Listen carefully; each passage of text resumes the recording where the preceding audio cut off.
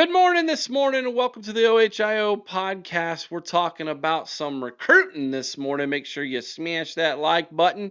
If you're not already, please consider subscribing to the channel. Ring the bell, get notified every time we go live. It absolutely does help us here at the OHIO podcast. And the other thing you can do is let us know what you think about what we think down in the comment section below. Tell us good morning. Tell us how ugly I am. Tell us how marvelous Mecah is. We'll take all those comments because the algorithm likes them.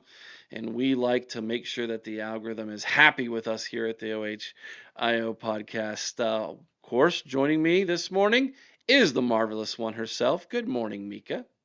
Good morning. It is so lovely to hear your voice this morning, Mecah. And we've done this now 4 weeks in a row. We've gotten together and we have talked about the outcome or the fallout from the previous weekend when it comes to the official visits at Ohio State, and this one was maybe the biggest one of them all, Mika. It had a lot of firepower on campus with a lot of highly touted, highly recruited, highly ranked kids, and it seemed like it went pretty well for Ohio State. Yeah, I think it did. I think it really did. And I think we may have found our quarterback for the 2026 class. Yeah, I'm super stoked about that. It was something that I alluded to on my Saturday morning video that we had. This was the only quarterback in all the official visits that was invited to come onto campus. And of course, when he did, he hadn't earned that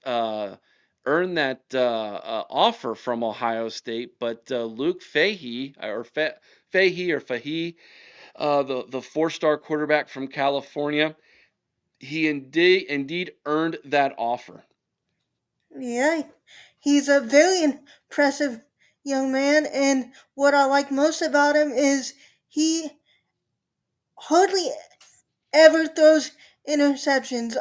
He went the entire season almost last year and had no interceptions, and I think he's only got like two, three in his career, and he completes almost 77% of his passes. Like he's very accurate, and he doesn't make a lot of mistakes, and he's very high IQ kid. He's got offer from Stanford. He's considering Stanford as well, so he's very smart, and I know people may not be sold on him because of his size, but he he's got enough wiggle in him. I think he can make it work. Yeah, and Mika, he reminds me, I said his story kind of reminds me a little bit of CJ Stroud, California kid, late bloomer, no one really knows who he is. All of a sudden, he gets lands on Ohio State's radar. I haven't dove into his film as much as you have, Miko. I'm not saying that his play reminds me of CJ Stroud, but the stat you just rattled off reminds me of CJ Stroud. I like the kid. I think he's a good fit for the class. He's sandwiched between two 5 stars, but don't sleep on him, is what you're saying, Mika. This could be a kid who surprises us and competes for Ohio State once he gets on campus, if indeed he decides he wants to be a Buckeye. And of course, he had a lot of positive things to say after his official visit when he did get that offer.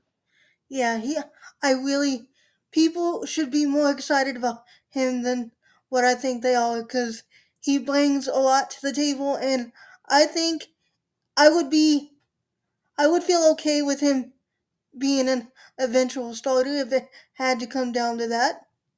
Well, He's if he starts Ohio State, he's going to earn it based off of who he's sandwiched between as far as the talent on this yes, roster. definitely. And to have the confidence in yourself to say, I'm gonna go to the camp and I'm gonna earn an offer, even though looking at what our quarterback room is and what it's going to be, and still say, I don't care, I want that offer, just shows you what type of kid he is, and I really like him. Yeah, I do too. All right, let's talk about Braylon Womack. I think he's probably the gem of this group that was on campus, if indeed he decides to commit to Ohio State, the five-star safety out of Mississippi. Um, I've heard Auburn, I've heard Ohio State, I've heard a lot of different things from a lot of different people. I feel confident that as long as this visit went well, he's gonna be a Buckeye. What are you hearing?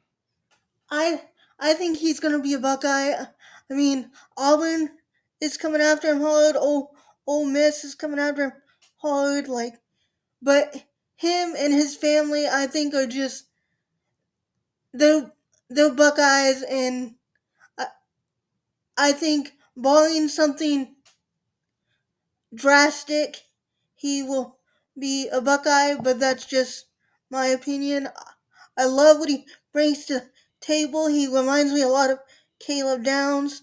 He's just that type of football first mentality type of kid, not keep your head down and just go to work. And I love his family. Um, I've talked with his dad a little bit in the chats over at Buckeye Boys. They're great people, great family, and I would be thrilled if he decides to be a Buckeye, and I think he will be. Yeah, one of the things that he does is he actually posts some Bible verses and things. I've seen him do that before, and that tells me that he's the type of person that would fit into the culture at Ohio State. And so I wonder if that would have an impact on him. Not saying that other programs don't have good people or people of faith in their programs, but it's definitely something that is very prevalent at Ohio State and makes me wonder if that would play a part of it. It sure seems like it would.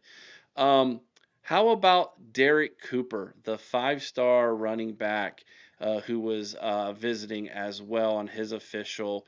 Um, 6'1", 205 pounds from Chaminade Madonna Prep High School in Hollywood, Florida. Um, I saw where he got a crystal ball to the Miami Hurricanes.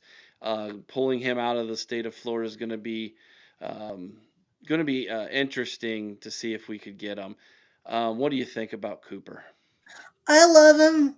What I love most about him is he's he's very versatile. He also plays safety. Like he's just a he's just a football player, and he talked about how much he loved Coach Locke and like just being around all players and stuff. And he would be the he would be a type of guy I think that if we had to pay for it, I would feel comfortable because I don't think he'd be we'd be disappointed in what he brought to the table. I just don't know with all the other running backs we got on the roster if he would be willing to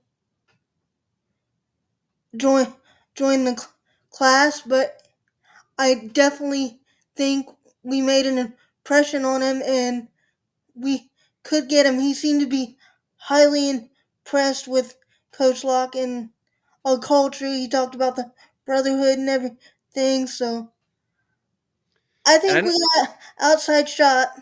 yeah, I don't. We're not gonna have to wait long to find out. I believe he's gonna be making his commitment decision in July. And Jeremy Birmingham posted the other day that he felt like it was a fight between Ohio State, Georgia, Miami, and Alabama. So that's the who's who in Yeah, recruiting. So he's obviously wanted by a lot of people, and he's going to get a lot of NIL thrown his way. So it'll be very interesting where he does end up.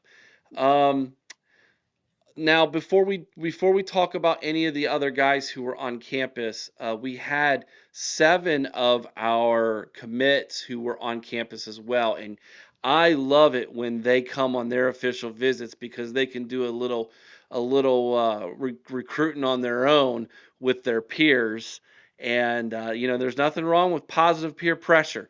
So as a Buckeye fan, I love that. And of course, you had Chris Henry Jr., you had Caden Dixon Wyatt, the two wide receivers from California. You had Blaine Bradford, the 5-star safety. You had Simeon Caldwell, the 4-star safety. Brock Boyd, the other wide receiver in the class from Texas. You had Jordan Thomas, the 4-star cornerback, and then Jacob Weatherspoon, the kid, the 4-star corner from here in Ohio. All of them on campus, doing some peer pressure recruiting. It sounds like we are solid on all 7 of those guys. Do you agree? I completely agree. Those guys are Buckeyes, and I don't look for that to change anytime soon. That's what I like to hear, Mika. All right, we had some we had some big defensive linemen on campus as well. Um, I think Deuce Gerald's going to be a Buckeye. What do you think? I think he's a Buckeye. Absolutely, I think he's going to be a Buckeye, and I love Deuce. He is just a monster, and I think he could play D tackle or DE. I would be comfortable either way. Whatever he wants to play, let him play. He just he's just that type of player. He's just a monster, and I love watching his film. Yeah, 4-star, top 100 kid, 6'2" and a half, 265 pounds, from Georgia. He is a monster. I think that's a great way to describe Deuce Gerald's. He is he. I think he's solid. I think he's going to be a Buckeye. Um, did you get a good feeling out of any other of those defensive linemen? KJ Ford, Landon Barnes, or Damari Simeon? Uh, Landon Barnes, I think, came away really impressed with what he saw and how they talked about maybe using him off the edge and utilizing his speed. Him and his team may both seemed really impressed, and I'll be anxious to see what comes of it now that we've got their visit and how they stack on our board. I'm really high on both of them. They're they're very fast off the edge guys. Um, I think it might come down to what happens with Carter Meadows, because I think he may be a little bit higher on our board, but I like them all and would be happy with any of them because they're all outstanding players. Yeah, and the other one you're talking about, KJ Ford, his teammate, they both play at Duncanville High School in Duncanville, Texas. They're both defensive ends. They're both borderline top 100, top 150 kids. Um, but you mentioned Carter Meadows. You know my like of Carter Meadows. I love that kid. That's my ultimate out of pickup. I don't know. I feel like we're maybe out of the picture on that one. I hope I'm wrong, but you know, you can't go wrong with any 3 of those kids. I think they're all fantastic. I have a tendency to like Carter Meadows because I've been following him a lot longer than Yeah, KJ Ford and Landon Barnes, and so I've got a little bit more time invested in knowing who he is as a player. So I think that's why I feel that way. But what about Damari Simeon? Anything there that was of interest to you? I think Ohio State's very high on this kid. Like, I think he's underranked. He's got good measurables. I love his speed. He's does good stopping the run. Gets to the quarterback. Sort of an all around three tech kind of guy. Like, I think um I'd be happy with him and Deuce, but I don't know if we could swing both. But I'd be happy with both. Like, they're both real high character, high energy type guys, and I love what he brings to table. Like I said, I think he's underrated. I, I love his attitude, and he's got the frame to get bigger. I think he might be able to play nose if he puts more weight on, but that's just my opinion. He's very impressive, and I'll be anxious to see how it all plays out, especially if we do what I think we're gonna do and land JJ Perez flipping from Florida. How it all plays out. That was my next question. If you're still confident that we're going to be able to flip him, the Ohio kid from Cleveland, Glenville.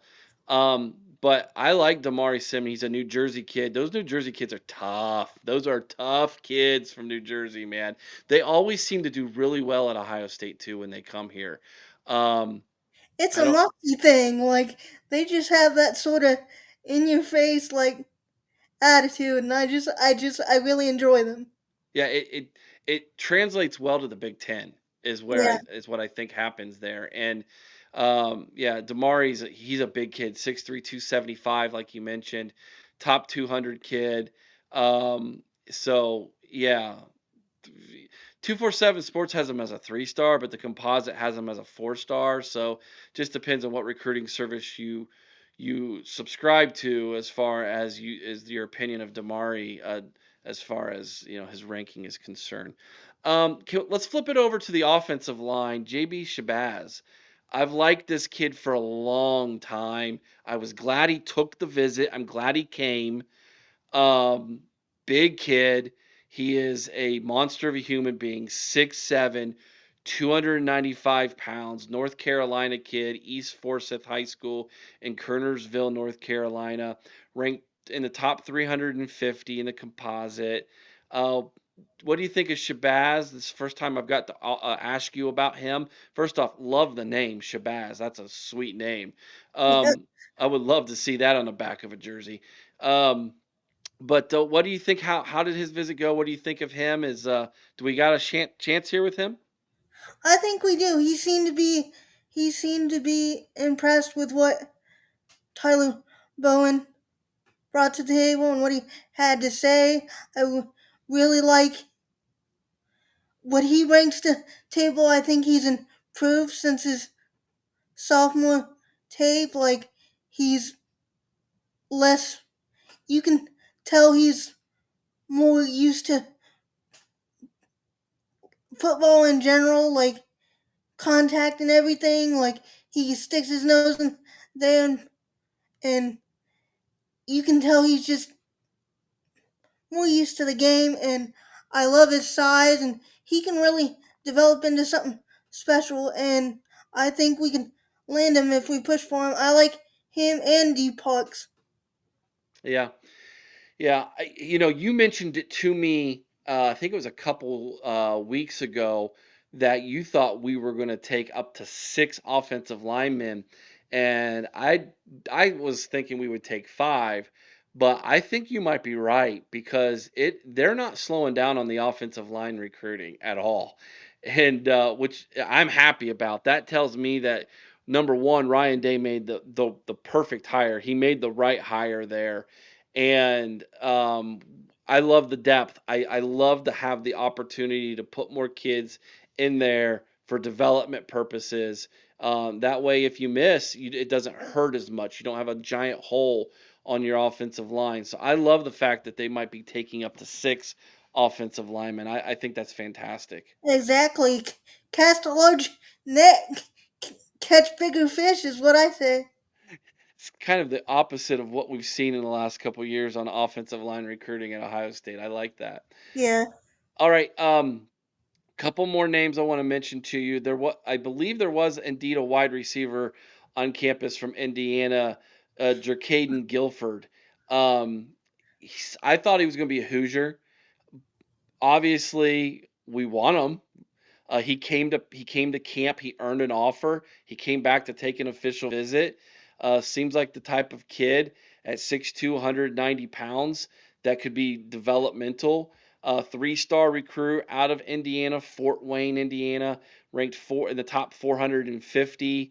Obviously, they see something in her. They saw something in Jarkaden during the camp that sparked their interest to think this might be a kid we want to bring in with this class. Not that we're hurting in this class. Like I mentioned, we have 3 outstanding wide receivers in this class, and Chris Henry Jr., Caden Dixon Wyatt, and Brock Boyd. What do you think they saw? What did they see in Jarkaden to want to offer him? And do you think Ohio State's got a swinging chance here? I think we do have a great chance at landing him. He talked about how great it was to get the offer on Twitter, and like he's like all receivers, I think, are impressed with Brian Hartline, and I think it's great that like the other receivers were there and they could like get to know each other and stuff. I love when that happens because it just helps build stronger relationships within the class, even if he decides not to go here, which I personally think he will be a Buckeye, but even if he's not, I think that just having those relationships never hurt because you never know what could happen down the line or anything like that. So I like seeing guys peer recruit each other. And that may have been a big deal because, and I don't know how you feel about crystal balls. I think crystal balls have lost their value because so many of them have been wrong the last couple years. I think recruiting is different, and so uh, crystal balls sometimes are not a good, especially when the quote unquote experts flip their predictions at the last second, and they're like, "Yeah, I got that one right." Well, you had a crystal ball in for the guy for another team for 2 weeks, and then you flipped it at the end. But Exactly. Exactly. not naming names, Steve Wilfong. But Fort Wayne, Indiana, wide receiver. He's got three crystal balls in for Ohio State all of a sudden, and he's going to be making his announcement this Friday, and it'll be between Indiana, the team up north, Ohio State, and Ole Miss. Sounds like he's trending to Ohio State after the visit he had. And what I love about him is he's really good at making over the shoulder catches. I noticed that on his film. He he reminds me a little bit of Austin Mack. I don't know if you remember him back when uh, Dwayne Haskins was quarterback. Yeah. Similar size and similar specialty and like over the shoulder catches and stuff. Like I think he's very impressive. Now, you mentioned Parks on the offensive line. I should have brought him up before, but Deron Parks from Sarasota, Florida, plays at Cardinal Mooney High School, one of the more well-known, popular high schools in the country. Top 300 kid, four-star offensive lineman at 6'5", 350 pounds. He's obviously an interior offensive lineman. What is it about Parks that you like, and where do you believe Ohio State stands there? He's just nasty. He's just one of those guys. He sticks his nose in there, and you can tell he just likes football. And I just love when you can watch a guy's tape, and you can tell that they really enjoy getting after it and enjoy what they're doing. And offensive linemen don't always get the shine that they should, because I think it's one of the most important positions on the field, and they're kind of the unsung heroes sometimes. And you can tell he just loves playing football, and he's been high on Ohio State for a while, I think. And I think if we push for him, we can land him. I've been high on him for a while. He's originally from West Virginia, like Midwest kid. Like talked about how before he moved to Florida, how he considered Ohio State to be like the hometown team because it was so close. And like I know he's a bit heavy right now, but I don't worry about that with uh Coach Mick and everything. I think he'll be fine, and I think we can get him if we push for him. And I would push for him if it were me, but I'm not one of the coaches, so we'll see. Right, indeed we will. Indeed we will, Mika. So, any other recruiting tidbits or news you'd like to share with us this morning that before we before we turn the page on what was another exciting weekend of official visits, and we head full steam head to the month of July, where we will see no doubt some booms and kind of almost not really wrap up this recruiting class, but definitely turn the corner to where we can see the finish line in this recruiting class, and then obviously get ready for the 2025 season. Anything else you want to share with us? With Danny Odom committing to Nebraska, I think that there's a chance that a guy like Henry Paramon gets a look out of Cleveland Heights. I really like what he brings to table. He's only about 5'11", 160, 170 now, but he plays bigger than what he is, and I'll be interested to see if he gets a look, especially if he blows up here in the next few months and stuff. Cause he's got he's got like 20 offers already, and he's a 4-star kid, and like I said, I know he's only 5'11", but he plays bigger than what he is, and I'll be interested if he gets a second look, because I think we need another DB in the class, and why not have it be an Ohio guy? Why not? You know how I feel about that, Mika. I feel like we should take closer looks at these kids from the Buckeye State. Um, Yeah, it was interesting that one more recruiting thing I want to throw at you. It was interesting that Michigan landed a local three-star talent from DeSales High School here in Columbus, Ohio. The teammate of one R.J. Day.